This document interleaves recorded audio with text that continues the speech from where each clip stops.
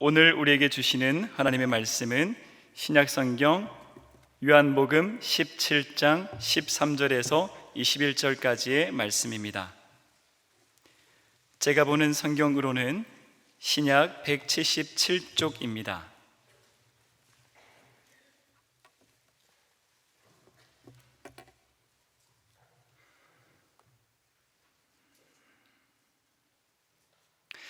한 절씩 교독하시고 마지막 절은 함께 읽겠습니다. 지금 내가 아버지께로 가오니 내가 세상에서 이 말을 하옵는 것은 그들로 내 기쁨을 그들 안에 충만히 가지게 하려 함이니이다.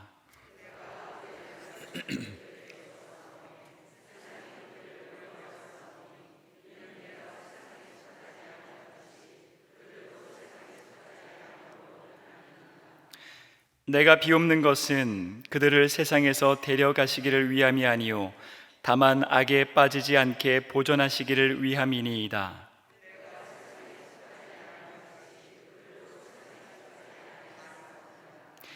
그들을 진리로 거룩하게 하옵소서. 아버지의 말씀은 진리니이다.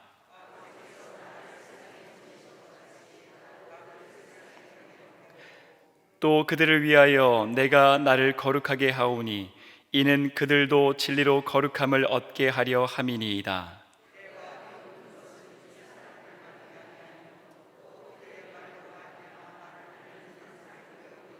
함께 읽겠습니다.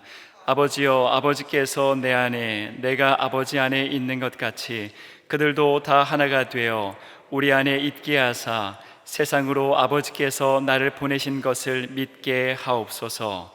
아멘.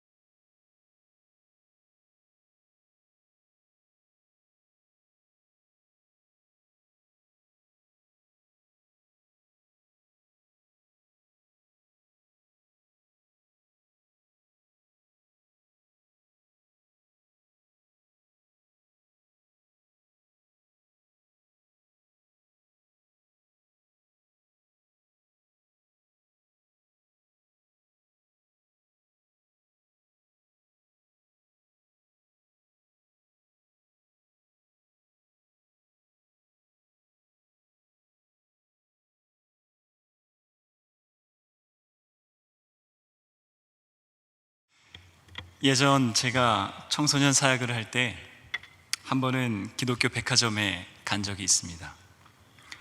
그 기독교 백화점에 갔는데 이 도서 코너에서 제가 한 노란색 책을 발견하게 되었습니다. 그런데 그 노란색 책을 발견하자마자 저 책은 나한테 지금 꼭 필요한 책이다. 이 책을 정말 읽고 싶다 라고 하는 그 마음을 제가 갖게 되었습니다. 그 도서의 제목은 오늘 설교의 제목인 예수는 믿는데 기쁨이 없어서 라고 하는 제목이었습니다.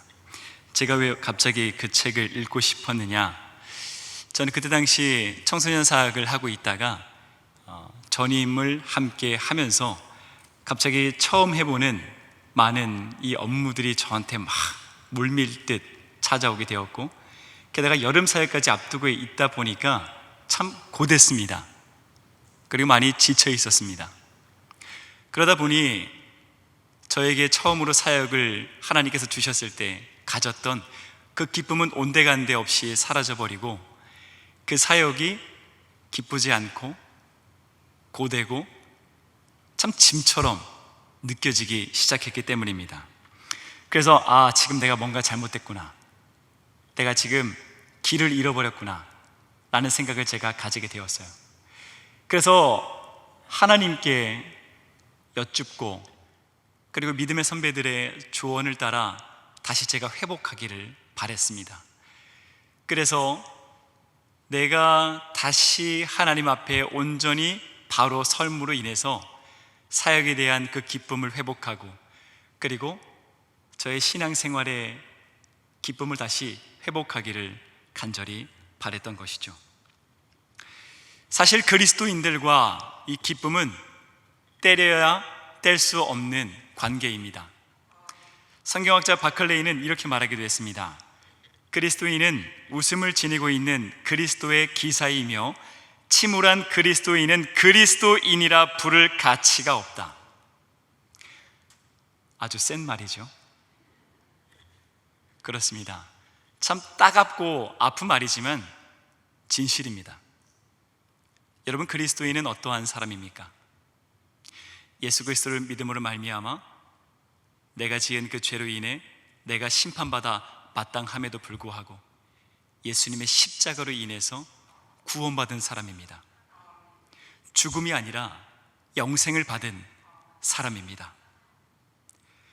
내가 예수님을 믿음으로 말미암아 하나님께 원수되었던 존재였는데, 저주받아 마땅한 존재였는데 예수님의 희생으로 인하여서 하나님의 자식이 된 사람들입니다. 그래서 하나님께서 아버지가 되셔서 내 삶 가운데 날마다 돌보시고 안위하시고 지키시고 인도하시고 위로하시고 힘주시는 그 인생을 살아가는 사람이 바로 그리스도인이라는 것입니다. 그런데 그런 그리스도인에게 기쁨이 없다? 이것은 성립이 되지 않는 등식과 같다는 것이죠. 사랑하는 여러분, 그럼에도 불구하고 우리 신앙생활 가운데 우리는 왜 기쁨을 잃어버렸을까요? 이유는 단 한 가지입니다. 우리가 너무 연약하기 때문이죠. 우리의 믿음이 너무 연약하기 때문이에요. 그래서 우리의 믿음은 상황과 여건에 날마다 영향을 받으면서 세상이 흘러가는 대로 함께 슬퍼하고 아파하고 좌절하고 낭망하고 우울에 빠지는 것입니다. 사랑하는 여러분, 오늘 하나님께서 우리에게 주신 이 말씀을 통하여서 다시 웃음을 머금은 그리스도의 기쁨의 기사가 되기를 바랍니다. 진정한 세상의 기쁨을 누리는 것이 아니라 하나님만이 채워주실 수 있는 그 하늘의 기쁨, 하나님의 기쁨이 우리의 신앙생활 가운데, 우리의 삶의 터전 가운데 가득하기를 바랍니다. 그래서 참으로 웃을 일 없는 시대이지만 예수로 인하여 기뻐하고, 예수님의 말씀으로 인하여 기뻐하고, 예수님의 위로로 인하여 다시 일어나 용감하게 우리에게 맡겨진 사명을 이루어 나아가는 우리 모두가 되기를 간절히 바랍니다. 오늘 우리가 함께 읽은 이 말씀은 결코 가벼운 말씀이 아닙니다. 예수님은 지금 저와 여러분을 위한 십자가를 앞두고 계시기 때문입니다. 그 고통의 십자가를 앞두시면서 예수님은 마지막으로 제자들에게 하늘의 가르침을 가르쳐 주시고, 그리고 그들에게 이후에 찾아올 그 고난을 이겨낼 수 있는 하나님의 말씀을 가르치고 계셨습니다. 그래서 우리는 요한복음 13장에서 17장까지를 우리는 다락방 강화, 다락방 설교라고 우리는 이름을 짓습니다. 그리고 여러분들과 오늘 제가 읽은 이 말씀은 그 다락방 강화 가운데서도 예수님께서 제자들과 그리고 이후에 예수 믿고 구원받은 저와 여러분들을 위한 하나님께 드리는 중보 기도가 기록되어 있습니다. 그래서 우리는 이 말씀을 보고 대제사장적 기도라고 말을 하는 것이죠. 예수님은 이제 이 기도가 끝나면 로마 군인에게 끌려가셔서 살점이 뜯기는 채찍에 맞으시고 그 힘겹고 고단한 그 십자가를 지시고 저와 여러분들을 위해서 죽으셔야 했습니다. 그리고 그 가운데 3년 반 동안 함께 동고동락했던 제자들을 위해서 마지막으로 기도하고 계십니다. 그러면 우리는 상상만 해봐도 예수님의 그 기도 가운데 얼마나 예수님이 울었을까요? 얼마나 예수님이 슬펐을까요? 그런데 그것은 우리의 생각입니다. 예수님은 도리어 나는 기뻐한다 말씀하고 있어요. 말씀 보겠습니다. 요한복음 17장 13절 말씀입니다. 우리 함께 읽어보겠습니다. 시작. 지금 내가 아버지께로 가오니 내가 세상에서 이 말을 하옵는 것은 그들로 내 기쁨을 그들 안에 충만히 가지게 하려 함이니이다. 아멘. 예수님은 지금 슬픈 것이 아니라 기쁨을 느끼고 있다는 거예요. 그리고 그 기쁨이 얼마나 좋은지 자신만 느끼는 것이 아니라 제자들도 느끼기를 바랬다라고 말씀하고 있는 것입니다. 어떻게 그럴 수 있을까요? 십자가를 앞두고 계시고 무거운 십자가를 지시고 골고다 언덕을 오르시고 저와 여러분들을 위해서 두 손과 두 발에 못이 박히시고 자결하는 태양 아래서 모든 피와 물을 쏟으시며 말라 죽으셔야 하는데 어떻게 예수님은 그 십자가 앞에서 내가 기쁨을 누리고 있노라 말씀하고 계신 것일까요? 그렇습니다. 먼저 지금 예수님께서 느끼고 계신 이 기쁨은 우리가 흔히 이야기하는 세상이 말하고 있는 그 기쁨이라는 감정을 말하는 것이 아닙니다. 상황과 여건에 따라 느낄 수도 있고 느낄 수도 없는 그 기쁨을 말하고 있는 것이 아닙니다. 그러면 이 기쁨은 무엇을 말하는 것일까요? 예수님께서 요한복음 15장에서 이 기쁨을 한 번 더 먼저 언급하신 때가 있었습니다. 그때 예수님께서 말씀하셨죠. 나는 포도나무라 그리고 너희는 가지라 말씀하셨죠. 그러므로 너희가 진정으로 마르지 않고 또 열매를 맺기 원한다면 너희들은 나에게 접붙임을 받아야 한다 예수님께서 말씀하셨죠. 그러면서 이렇게 말씀하셨습니다. 요한복음 15장 9절입니다. 아버지께서 나를 사랑하신 것 같이 나도 너희를 사랑하였으니 나의 사랑 안에 거하라. 이 말은 뭐냐? 지금 예수님 안에 하나님의 사랑이 가득하다는 거예요. 예수님 안에 그 사랑이 가득하니 하나님의 사랑이 가득한 그 포도나무에 너희들이 접붙여져 있다면 내 안에 충만한 하나님의 사랑이 너희들에게도 전해질 것이다. 나는 지금 하나님의 사랑이 가득하니 비록 내 앞에 십자가가 있다 할지라도 하나님께서 함께 하시니 하나님께서 사랑을 채워주시니 나는 십자가 앞에서 기쁨을 누릴 수 있다, 담대히 감당할 수 있다 말씀하는 것입니다. 그러니 너희들도 나에게 붙어 있어라. 제자들아, 너희들 삶 가운데 앞으로 십자가가 있을 거야. 세상이 나를 미워하였으니 너희들도 미워할 거야. 너희들 삶 가운데 계속되는 핍박과 절망과 아픔, 고통, 고뇌 늘 함께 있을 거야. 그러나 두려워하지 마. 그저 나에게 붙어 있어. 하나님의 사랑이 가득한 나에게 그저 붙어 있어. 그러면 내가 누리는 이 놀라우신 하나님의 사랑으로 인한 그 기쁨이 너희들에게도 전달될 거야. 하나님은, 예수님은 지금 그 말씀을 하고 있는 것입니다. 사랑하는 여러분, 여러분들은 왜 예수님을 믿으셨습니까?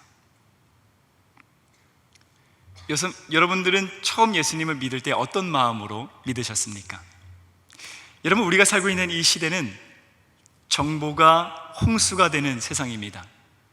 수많은 무가치가 만연하고 수많은 사기들이 가득하고 잘못된 정보가 가득한 세상이죠. 이런 세상 가운데서 여러분들은 어떻게 예수님을 믿게 되셨습니까?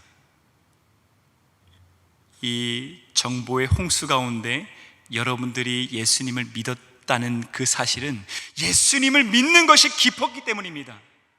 예수님 믿는 것이 좋았기 때문입니다. 예수님이 믿음직스러웠기 때문에 여러분들이 예수님을 믿은 것입니다. 예수님을 믿으면 내 삶 가운데 어떠한 소망과 기쁨과 평안이 있을 것이라고 하는 그 확신이 있었기 때문에 우리는 예수님을 붙들었다라고 하는 것입니다. 그리고 우리는 예수님을 처음 믿을 때 기뻤죠. 부활의 소망이 가득했죠. 그런데 왜 우리는 지금 그 기쁨을 다 잃어버렸습니까? 그 이유는 한 가지입니다. 내가 처음 예수 믿었던 그때, 내가 예수님 포도나무에 처음으로 접붙임 당했던 그때, 예수님이 너무 좋아서 예수님을 끌어안고만 있어도, 말씀을 끌어안고만 있어도 내게 채워주시는 그 하나님의 사랑이 가득 넘쳐 흘렀던 그때의 그 순간을 우리가 다 잃어버렸다는 거예요. 저는 사역을 하다가 이 사역이 참 고되고 또 지치고 힘겨워질 때마다 저는 그 자리에 모든 것을 다 멈추고 지그시 눈을 감습니다. 그리고 내가 예수 믿기 전에 그 순간으로 저는 타임머신을 타고 돌아가게 됩니다. 그러면 제 눈에 들어오는 것은 예수님 없이 살아감으로 인해서 아무런 소망도 없는 한 청년을 발견하게 됩니다. 하나님을 기쁘시게 하는 삶이 아니라 하나님께서 미워하시는 삶, 하나님께서 그런 삶을 살라고 말씀하시지 않는 그런 삶을 살면서 내가 왜 살아야 되는지도 모른 채 그저 죽지 못해서 그저 살아야 하기 때문에 살고 있는 인생의 실패 가운데 좌절에 쓰러져 있는 한 청년을 만나게 됩니다.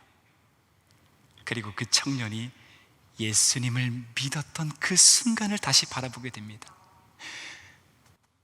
참으로 볼품없는 나이지만 예수님을 믿음으로 인해서 하나님께서 나를 향해 사랑하는 아들아, 내가 너를 사랑한다. 수많은 죄악이 가득 넘치고 있지만 내가 너의 죄를 기억하지 않노라. 내가 너를 존귀하게 여기노라. 내가 너를 이 땅에서 날마다 함께함으로 인하여 내가 너에게 하늘의 기쁨을 허락하노라. 내가 너에게 천국의 소망을 주노라 말씀하신 그 하나님의 그 음성을 다시 듣게 됩니다. 그리고 그 기쁨 가운데 다시 살 소망을 얻었던 그때 그 순간으로 돌아가게 된다는 것입니다. 그러면 정신이 번쩍 들어요. 내가 이럴 때가 아니지, 내가 낭망할 때가 아니지, 내가 좌절할 때가 아니지, 내가 왜 살아야 되는지 정말 힘들다 지치다 말할 때가 아니지, 나에게 사명이 있지, 나는 하나님의 아들이지, 하나님께서 나를 사랑하시지, 하나님께서 나와 동행하시지, 나에게 힘을 주시지, 나에게 일어나라 말씀하시지. 그 말씀을 내가 다시 붙들게 된다면 다시 일어나 하나님이 주시는, 예수님이 주시는 그 기쁨을 얻고 다시 세상을 향해 전진하게 된다는 것입니다. 사랑하는 여러분, 삶의 짐으로 인해서 지치셨습니까? 여러분이 지금 지고 있는 이 십자가의 무게로 인해서 힘겨워 무릎 꿇으셨습니까? 나의 삶의 짐이 고되고 어려워서 그 삶의 짐을 내동댕이 친 채 주저앉아 울고 계십니까? 다시 여러분들이 예수님을 처음 만났던 그 순간으로 돌아가십시오. 예수님을 처음 믿었던 하늘의 그 기쁨이 내 안에 충만했던 그 순간으로 돌아가십시오. 예수 믿기 전에 내가 누구였는지, 내가 예수 믿고 어떠한 존재가 되었는지 다시 기억하십시오.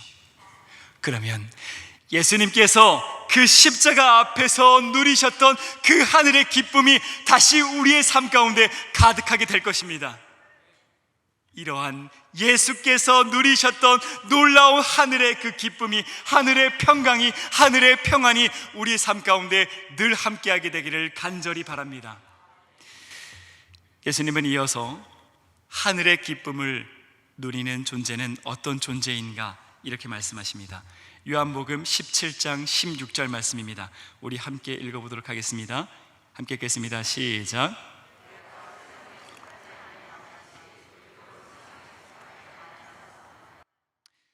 예수님은 너희가 진짜 그리스도인이냐?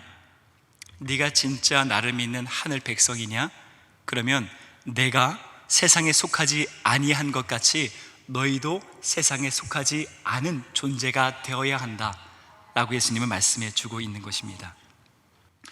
여러분, 인간에게 있어서 기쁨을 누린다라고 하는 것은 그 인간이 어떠한 내면의 가치관을 갖고 있느냐에 따라서 우리는 기쁨을 누릴 수가 있고 기쁨을 누리지 못할 수가 있습니다. 예를 하나 들어보죠. 어떠한 사람이 있습니다. 근데 이 사람이 차를 너무 좋아해요. 자동차 말하는 것입니다. 차를 너무 좋아해요. 그러면 이 사람이 기쁨을 누리기 위해서는 어떻게 하면 되는 것입니까? 더 크고 더 비싼 차를 소유하면 그 사람은 기쁨을 누릴 수가 있습니다. 그럼 반대로 다른 어떠한 사람이 있습니다. 근데 그 사람은 패션을 너무 좋아해요. 그래서 명품 백과 명품 구두를 사면 그 사람은 기쁠 수가 있는 것입니다. 그러면 전자의 사람이 명품 핸드백을 갖고 명품 구두를 받았을 때 그 사람은 기쁠까요? 기쁘지 않을 수 있다는 것이죠. 그러면 후자의 사람이 더 크고 더 비싼 차를 소유했을 때 기쁨을 누릴 수 있을까요? 기쁨을 누리지 못할 수 있다는 것이죠. 왜냐하면 그 사람이 갖고 있는 고유의 내면의 가치관이 있기 때문입니다. 그러면 우리가 진정으로 하나님께서, 예수님께서 누리셨던 그 하늘의 기쁨을 누리기 원한다면 내 내면 안에 있는 이 기쁨의 가치관을 우리가 세상에서 하나님의 말씀의 가치관, 말씀의 기준으로 바꿔야 한다는 것이죠. 말씀 볼까요? 요한복음 17장 17절 말씀입니다. 우리 함께 읽도록 하겠습니다. 시작. 그들을 진리로 거룩하게 하옵소서. 아버지의 말씀은 진리니이다. 하나님의 말씀, 이 진리로 나를 다시 거룩하게 해야 한다는 거예요. 나의 내면의 그 기쁨의 가치관을 바꾸어야 진정한 우리가 하늘의 기쁨을 누릴 수 있다라고 하는 것입니다. 여러분, 세상은 어떻게 했을 때 진정한 기쁨을 누릴 수 있다라고 말을 하고 있습니까? 총 세 가지로 말할 수 있습니다. 소유했을 때, 소비했을 때, 누렸을 때. 그래서 세상은 계속 우리에게 강요하죠. 더 많은 것을 소유하고 더 많은 것을 소비하고 더 많은 것을 누려야만 우리 기쁨을 누릴 수 있다라고 주장을 합니다. 그러면 반대로 그것으로 인한 부작용이 있습니다. 어떤 부작용이 있습니까? 내가 더 많이 소유하지 못했을 때, 내가 더 많이 소비하지 못했을 때, 내가 더 많이 누리지 못했을 때 반대로 기쁨을 누리기보다는 좌절과 슬픔과 낭만과 우울과 고통을 느끼게 된다는 것입니다. 그리하면 그 사람은 끝내는 삶 가운데 감사란 존재조차 아예 사라져버리게 되는 것이죠. 그래서 세상은 더욱더 소유하기를 원합니다. 더욱더 많은 것을 소비하기 원합니다. 더욱 많은 것을 누리기 원합니다. 그래서 더 많이 소유하고 소비하고 누리기 위해서 오늘도 갖은 애를 쓰면서 일하고 분투하고 있는 것이죠. 그런데 여러분, 이게 우리의 모습 아닙니까? 우리가 지금도 기쁘기 위해서 더 많이 소유하기 원하고 더 많이 소비하기 원하고 더 많이 누리기 원하고 있진 않습니까? 그래서 우리의 모든 기도도 하나님, 더 많이 소유하게 해주십시오. 더 많은 것을 소비하게 해주십시오. 더 많은 것을 누리게 해주십시오 라고 우리가 기도하고 있진 않습니까?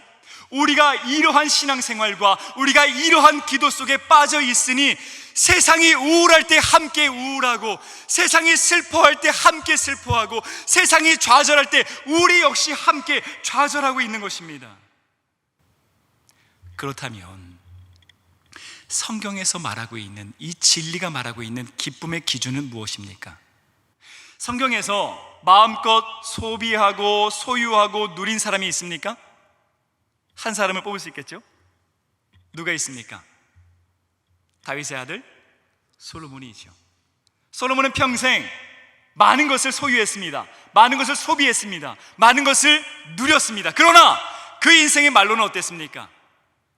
마음껏 소유하고 소비하고 누린 것들이 그에게 우상이 되어서 아주 초라하고 처참한 인생의 말로를 그가 겪지 않았습니까? 그렇다면 우리가 지금도 사랑하는 우리 믿음의 선진들은 어떤 삶을 살아갔을까요? 여러분, 세례 요한을 기억하시죠? 세례 요한은 어떠한 삶을 살아갔습니까?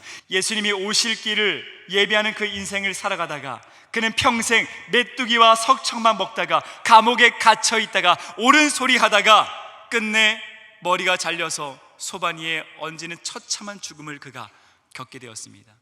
예수님의 수제자 야곱은 어땠습니까? 예수님을 전한다는 그 이유로 인하여서 헤롯 아그리파 1세에게 목이 잘려 순교를 당했습니다. 스데반 집사님은 어땠습니까? 예수님을 가장 닮은 사람이었죠. 지극히 작은 자들을 사랑했던 사람입니다. 그는 예수님을 마음껏 전하고 치유 사역을 하다가 어떻게 했습니까? 예수님을 믿는다는 그 이유로, 예수님을 전한다는 그 이유로 돌에 맞아 순교했습니다. 우리가 그토록 존경하고 사랑하는 우리 사도 바울은 어땠습니까? 그는 평생 가난했습니다. 그는 평생 굶주렸습니다. 그는 평생 감옥에 갇혔습니다. 그는 평생 질병에 시달렸습니다. 그는 예수 그리스도를 믿는다는 그 이유로 네로 황제에게 목이 잘려 순교를 당했습니다.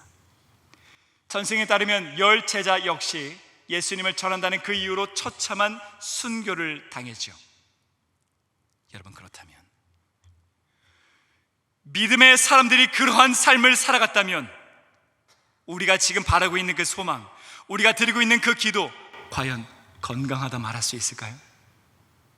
어떻게 그들은 그토록 고통받고 그토록 괴로움 당하고 고난 가운데 있고 헐벗고 굶주리고 고통 가운데 있다가 예수님을 위해서 생명을 내놓을 수 있었을까요? 생명을 내놓는 그 순간마저도 그들은 천사 같은 얼굴로 기쁘게 순교할 수 있었을까요? 그들의 기쁨의 기준은 소유하는 것이 아니었습니다. 그들의 기쁨의 기준은 소비하는 것이 아니었습니다. 그들의 기쁨의 기준은 누리는 것이 아니었습니다. 그들의 기쁨의 기준은 예수님을 소유하는 것이었습니다. 그들의 기쁨의 기준은 예수님을 전하는 것이었습니다. 그들의 기쁨의 기준은 예수님이 늘 나와 함께하는 것이었습니다. 그러니 그 고통 가운데 예수님께서는 영원토록 나와 함께하시니 그 고통을 이겨냈던 것입니다. 그 고난 가운데서 그들은 예수님으로 인하여 기쁨을 누릴 수 있었던 것입니다. 사랑하는 여러분, 그렇다면 우리는 지금 무엇을 달라고 하나님께 기도해야 하는 것입니까? 여러분, 교회 오빠 이관희라고 하는 책을 아십니까? 많이 읽어보셨을 텐데요, 이 책을 보게 되면 정말 예수님을 사랑했던 한 집사님을 만나게 됩니다. 그 집사님의 이름은 이관희 집사님입니다. 이 이관희 집사님은 하나님께서 허락하시는 그 결혼을 하고 아주 예쁜 딸아이를 하늘 선물로 받게 되었죠. 그리고 아이가 출산하고 아내가 2주 산후조리를 하고 나오는 그날 갑자기 너무 배가 아픈 거예요. 그래서 병원에 갔더니 대장암 사기 판정을 받게 됩니다. 그리고 8시간에 달하는 아주 기나긴 수술이 진행되죠. 그런데 그 책을 보게 되면 이건희 집사님은 하나님을 원망하지 않습니다. 하나님의 말씀을 붙들고 그 항암 치료를 견뎌내게 되죠. 그런데 이 이건희 집사님의 어머니께서 충격을 받으신 거예요. 늘 건강할 것만 같고 믿음 좋은 아들이었으니까 늘 잘 될 것만 같았는데 이 아들이 고통스러운 그 항암 치료를 하는 그 순간을 보니까 너무 가슴이 아픈 거예요. 그래서 우울증에 시달리게 되었고 끝내는 목숨을 끊어버리게 됩니다. 그래서 이 이건희 집사님이 돌아가신 그 어머니를 바라보면서 주저앉아 울게 됩니다. 그러나 하나님은 원망하지 않아요. 그저 어머니의 눈을 감겨드리고 이렇게 하나님께 기도했습니다. 하나님, 어머니를 긍휼히 여겨주시옵소서. 그리고 이후 8차의 항암 치료를 오직 말씀을 붙잡으면서 이간희 집사님은 이겨내게 됩니다. 그리고 CT에 결과를 보니까 이제 모든 암이 깨끗하게 치유받았다라고 하는 판정을 받게 됩니다. 그런데 그 판정을 받고 난 며칠 후에 아내 오은주 집사님이 갑작스럽게 혈액암 사기 판정을 받게 됩니다. 그러나 이 가족은 하나님을 원망하지 않아요. 함께 기도하고 함께 말씀을 붙잡으면서 그 항암 치료를 견뎌내게 됩니다. 그리고 아내가 6번의 항암 치료를 끝내고 완치 판정을 받고 난 이후 얼마 안 있다가 이 이관희 집사님에게 암이 재발하게 됩니다. 근데 이 암은 온몸에 다 전이가 되어버렸어요. 그래서 이전에 겪었던 그 고통과는 비교가 되지 않았습니다. 그리고 엄청난 고통의 치료 시간을 견뎌내게 되죠. 그래서 이관희 집사님은 나는 마지막 순간까지 또렷한 정신으로 하나님의 말씀 붙들면서 나아가겠다 고백하며 끝까지 진통주사를 거부하다가 하나님의 말씀 읽다가 예수님 품 안으로 나아가게 되었습니다. 이관희 집사님이 한참 극심한 투병 생활을 할 때 자신이 기쁨과 소망을 잃지 않는 방법에 대해서 이렇게 말한 적이 있습니다. 한번 들어보시죠. 젊은 나이에 암에 걸려서 저도 그럴 때마다 하나님께 서운한 마음이 들 때가 있는데, 그럴 때마다 하나님을 원망하지 않는 방법이 저는 저만의 손익계산서를 씁니다. 여태까지 내가 살아오면서 누렸던 은혜는 플러스, 그 다음에 내가 느끼는 절망은 마이너스. 이렇게 계산을 해보면 그 계산의 결과는 항상 플러스예요. 지금 우리가 힘들어하고 원망하는 이유는 지금 내가 당하는 이 고통의 현실에만 집착하고 있지만 내 삶의 전체를 봤을 때 내가 받은 은혜들을 다 계산해 보면 감히 하나님께 원망을 할 수 없다는 게 제 결론이에요.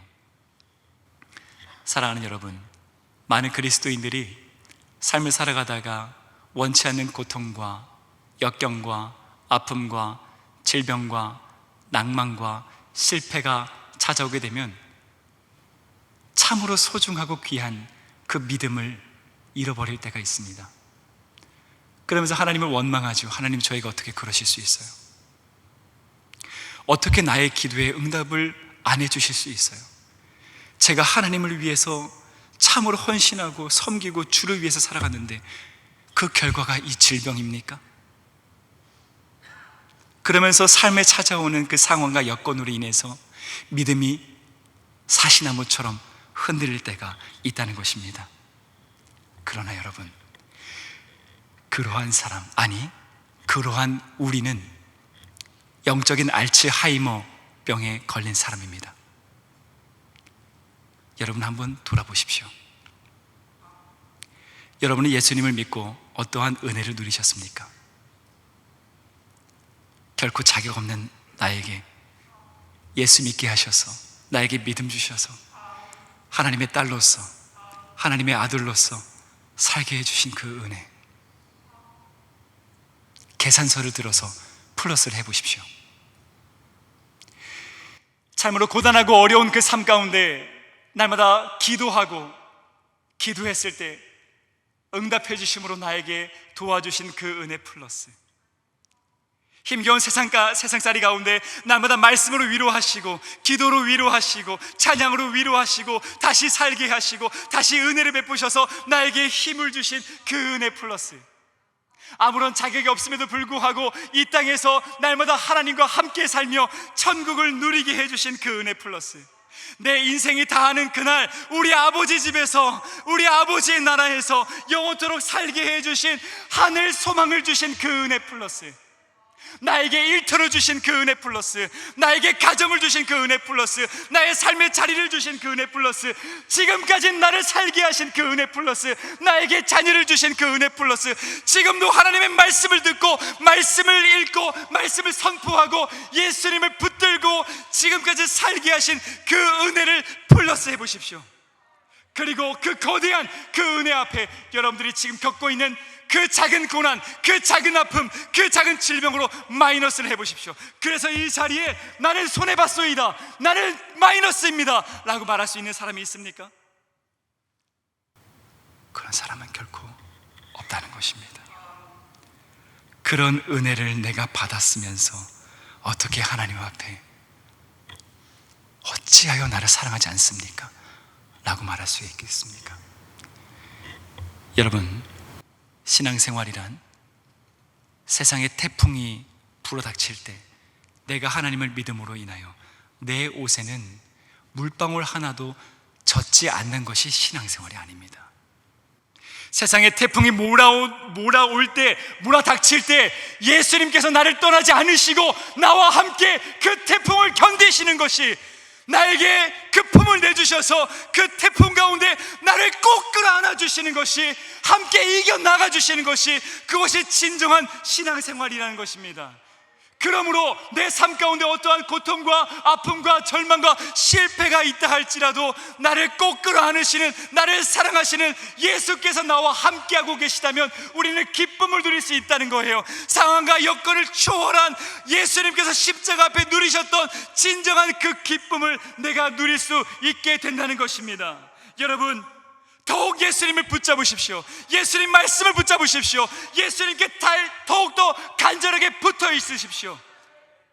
그리고 예수님의 말씀으로, 하나님의 말씀으로 나의 기쁨의 가치관을 다시 정립하십시오. 우리는 세상에 속한 자들이 아닙니다. 우리는 내 손에 무엇인가 주어졌을 때에만 기쁠 수 있는 원초적인 사람이 아닙니다. 우리는 예수님의 십자가로 말미암아 다시 태어난 새로운 피조물입니다.